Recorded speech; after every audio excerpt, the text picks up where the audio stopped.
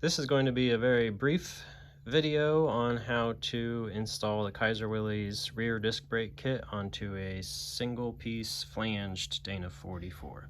You may have just watched the two-piece axle video I did, and that has much more detail, but this is just going to be a brief rundown on this style axle. It's actually a much more simple process, so buckle up, let's go. So you will need to strip down your one-piece axle to this point.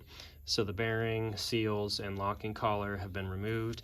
I also removed the studs, but that's just because I'm running wheel spacers and I needed to move up to a longer stud. And I'll give you some details on which studs I used in case you want to do the same thing. So Kaiser Willys sells this really good quality replacement bearing kit for one-piece axles. So you're going to get a new bearing, retaining flange, the grease seal, the inner oil seal, and then this style Dana 44 uses a locking collar to hold the bearing and wheel and everything in place. And then another really nice feature is it comes with this high quality Timken bearing. These are more of a unit style bearing, meaning the race stays on. So when you pull the axle out, unless this is broken, the outer race should stay together as one piece and come out of the axle tube. So when you're ready to go, this is what your axle should look like. So I have everything cleaned up. If you have any paint, grease, or rust on this flange, clean it off. Same way with the back, because that's where the caliper bracket will mount. And if you notice, I have the outer race, everything came out. The only thing I have left to do is remove and reinstall the old oil seal. If your seal is good, you don't have to do this step, but I don't know the condition of this axle, and I don't want to get it all together and find out I have to replace that seal. I've tried a couple different methods for removing these seals. If you have the differential completely disassembled, you can run a pipe in from the other side and drive it out with about a 5-foot long piece of pipe. This style seal remover does reach in here, and you can back it up with a hunk of aluminum or copper behind there to protect the tube. But I've found you'll just end up damaging this surface or breaking your tool. It's in there so deep. I found it faster to just take a screwdriver and kind of drive it at an angle. You basically cut it in half and then you can just pop it out. I'm using a really cheap screwdriver from Tractor Supply, so it's a nice soft material. So there you go, pops right out. I've got a bunch of rusty oily goop, so this is a great time to clean your axle and start with a clean slate. They make special brushes for this, but I found, if you saw my Dana 30 video, just this little piece of flat stock and a rag. Just kind of push it in there and pull it out. The first step is going to be to install this oil seal. This is the inner oil seal. The axle shaft rides in here and it keeps the differential oil from getting into the wheel bearing. This bearing is lubricated by grease. So as with any seal, the spring side goes towards the oil. It's not a bad idea to fill this with grease so that when you're pounding on this, I've never had it happen, but a lot of people talk about the springs falling off. You really don't have to hit this seal super hard, but if you want to pack that full of grease, that will help keep that spring in place. Alrighty, just to keep everybody happy and keep my spring in place, there's a little bit of AMSOIL synthetic grease in there. And don't worry, it's not going to hurt the gear oil if that wears off. So then, remember, spring side in, just kind of get it started in there, just like that. There's a pretty long flange in there, and you don't have to drive it all the way in. You just need it in far enough for the collar depth. So I'll drive it in quite a ways, but I'll do a measurement check to make sure that you don't want the collar of the bearing retainer to hit that seal. So I've found, I have an old bearing race here and it fits perfectly. It really helps you drive it in flat. And then I use my inner axle seal driver to push it in the rest of the way. So it's not what this tool was designed for, but it works really well. The main goal here is that you want to hit on the outer edge of the seal and you want to keep it flat in the tube. A good way to check that is to just set up your caliper, and you can sweep all the way around. And I can see I'm much deeper at the bottom than I am the top. Just go a little bit at a time and get it in nice and flat. Your mileage may vary based on which type of seal driving tool you use, but this thing is perfect because it hits this outer lip right when this bearing race is the perfect depth. So it can't go any farther than that, so I know it's completely flat. And I'll do a measurement once we put the axle in, but from past experience, I know that's just right. On this particular axle, there is no inside or outside, but do check the plate on your axle, because some of them have a bevel that goes either in or out. I'm just going to reuse my old plate. I like these originals, and that goes on very first. If you forget to put this on or put any of this stuff in the wrong order, you're going to have a problem. You'll have to take the bearing back off and switch them. So please really make sure you have it sorted out before you do this step. Next up will be the grease seal. It's a double lip seal. I put a little grease on the inside, and again the spring is on that side, and I put some grease around the spring so nothing bad happens there. And then you got to kind of wiggle that over, slide it all the way down. Next up will be the bearing, and it goes on in this orientation. So, and this particular bearing, the writing is facing up, and this little line where the race is, so that's where it's kind of split there, that's the piece that makes this a unit bearing, that goes facing down. So hopefully you can all see that and that makes sense. This bearing is ready to be pressed on, so we'll head over to the press. This is the collar that goes on to hold the bearing in place, so this is pressed on, and this. You do want to do this separately. I know it would save time. I've seen people press them both on together, and you can definitely do that, but for the extra 2 minutes it's going to take, it's a lot easier and a lot less likely to have something get bound up or messed up in the press process. So that's my recommendation. I'm set up in the press now. This is a great time to double check your work. These don't press on super hard. I have a very small press and it does just fine. But I just recommend double, triple check, because you will likely have to buy another bearing set if you forget a piece or put it on backwards. So now it's upside down. So this line goes towards the seal. The spring is on this side towards the grease. Also, I repacked, there is grease in this when you take it out of the box, but I packed it nice and full with some AMSOIL synthetic grease. It's ready to go. Got my plate on there, and the press really takes the guesswork out of it because we know the bearing's going to go on straight, and you can see it's going on nice and smooth. I have an old bearing race underneath here, but it's always pays to make sure you never want to push on the rollers or the outer race. And just slide it down on there. You don't need to heat this or do anything fancy. Just press it on. Make sure it's nice and straight. And you'll know once it's on all the way, it will stop moving. And that's that. I will get reset up in the press. So now we're just going to put this under the bearing and pinch it all together. And this is basically what holds, keeps your wheel and axle from just flying out of the vehicle. This is a very important piece. Do not reuse these, and make sure you're buying good quality parts, because this is an important safety item. All right, everything's in place. You don't need to use the bearing race down here anymore, but I already had the height set up on my press. This will press on a little harder. You could heat it if you want, but I found just if everything's cleaned and deburred, it'll go right on. So definitely taking a lot more pressure, but that's a good thing because that's what's going to hold everything together. Make sure it's seated all the way. Here's what it looks like, successfully assembled. So slide your grease seal all the way over to the bearing. Now we're going to take a measurement to check our oil seal depth.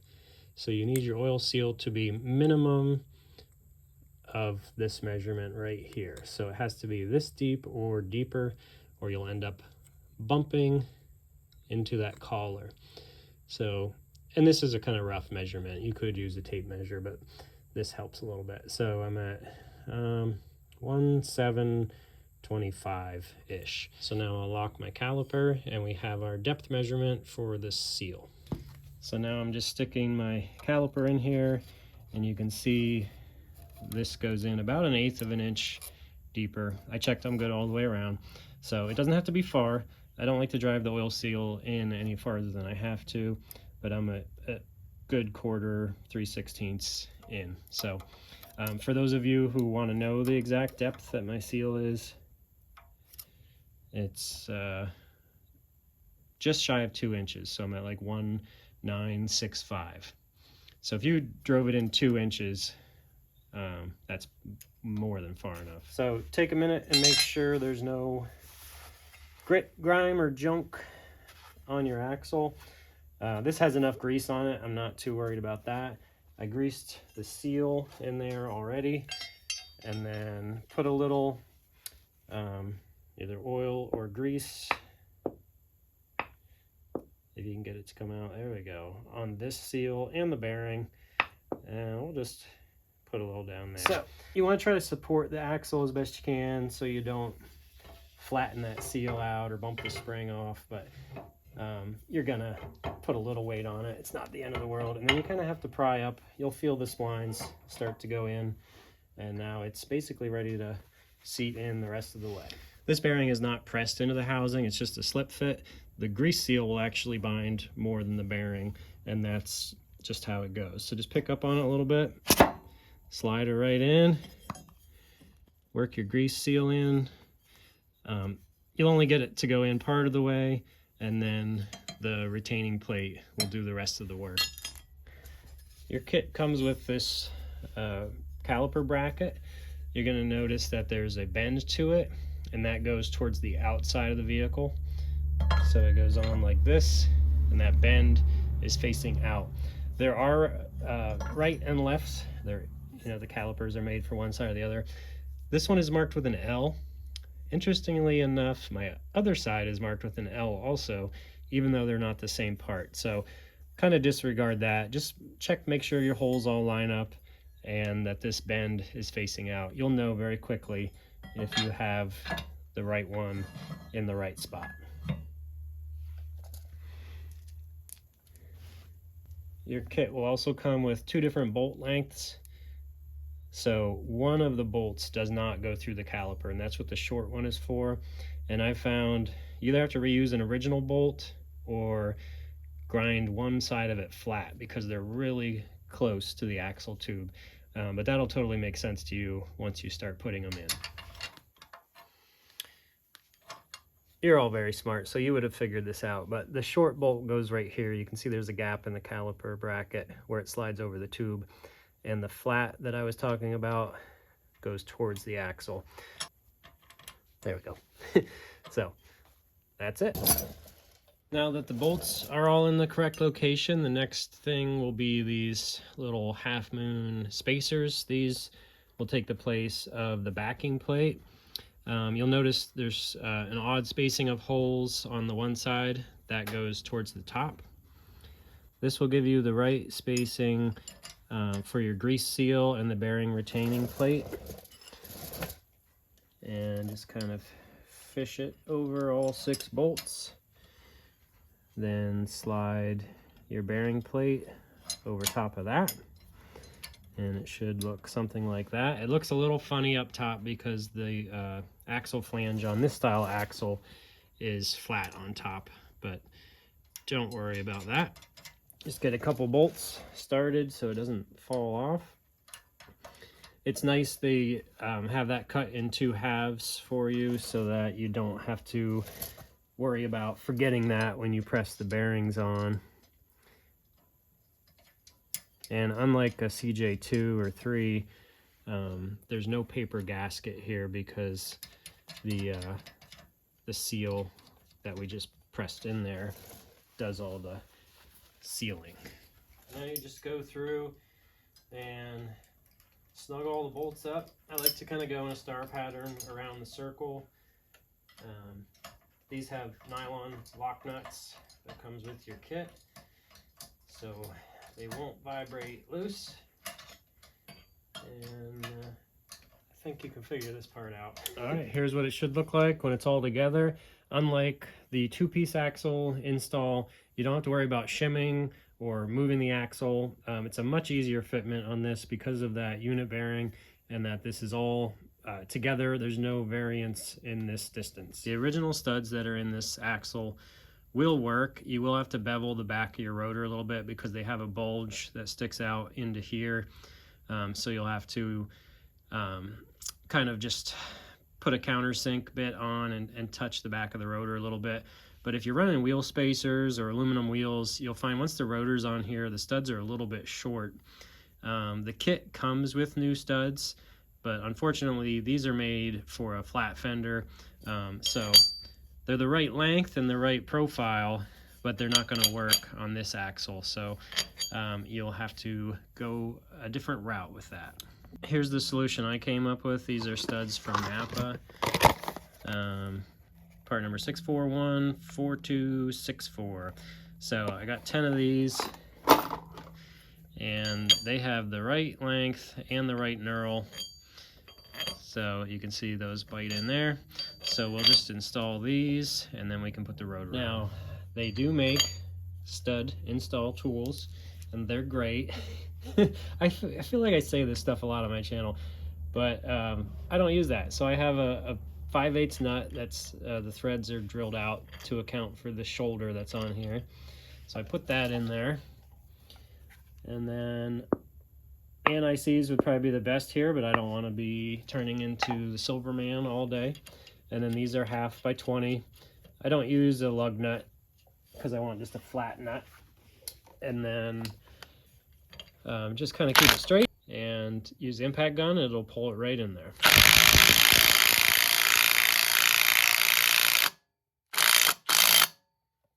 Only go to when the back of the stud head hits the flange. And then you pop your nut off and you have a good stud. If you'll notice, there's a little shoulder on this, and I will have to bore out the rotor a tiny bit to account for that, but it's not a big deal. I'll do one more and give you the view from the back side.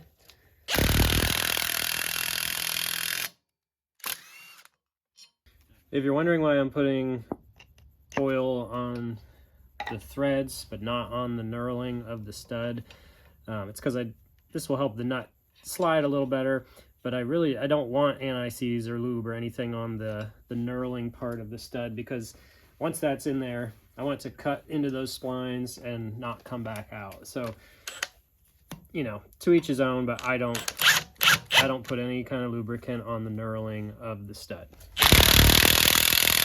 Well, I guess I lied. I only got 9 from Napa. The one box only had 4 in it, so I got another one ordered, but we can continue on.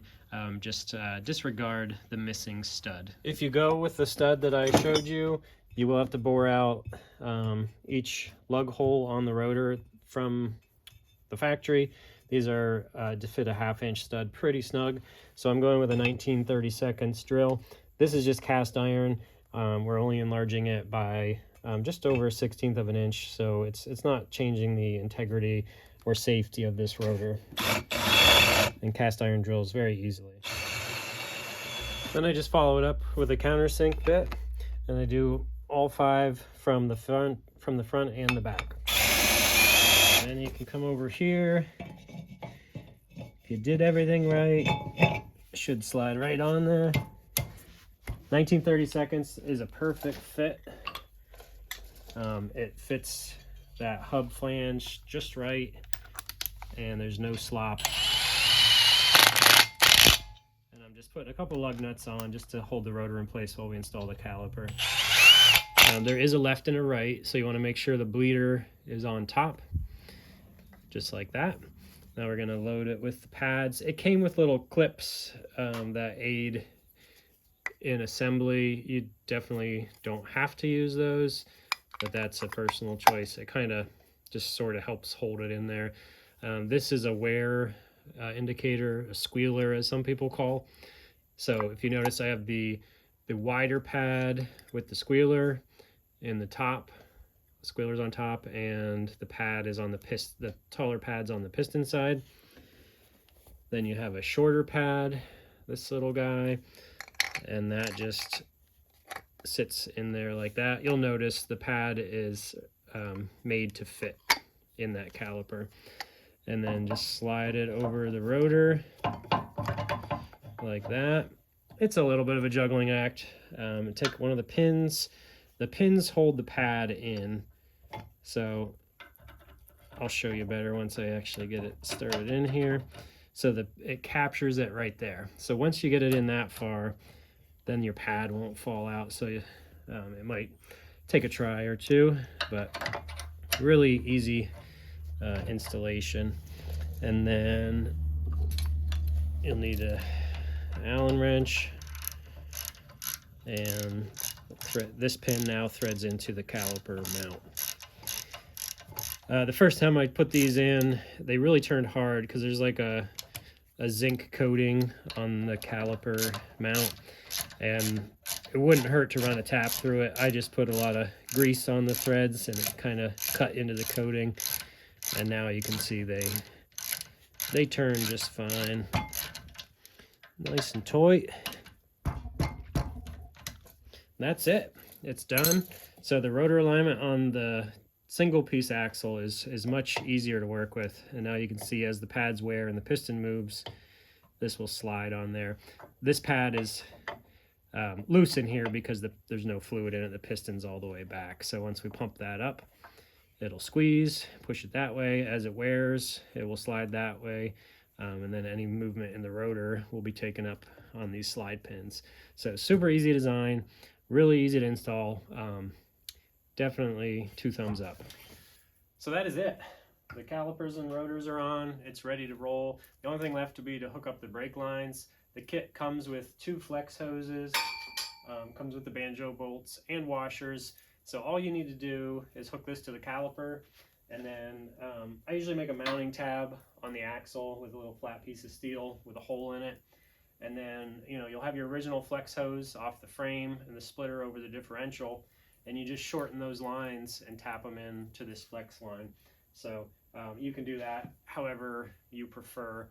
They give you plenty of length. You can shorten it up like that, or you can run it farther back the axle. But it does come with the hoses, bolts, and washers. I know you're all dying to know, will a stock flat fender wheel fit without spacers? In short, no, you're going to need some type of spacer. This is a little excessive. I've got 2-inch spacers on here because of the setup that I plan to run. But you can see with a 2-inch spacer, I have over 1 inch of clearance. On the other side, I have my custom 18-inch wheels mocked up with 2-inch spacers. And I know that looks a little crazy. Definitely don't need them with those wheels, but you'll see there's a reason for all my madness. So that's with an 18-inch wheel. So now let's check it out. Stock wheels with no spacers. So here's a stock wheel with no spacers.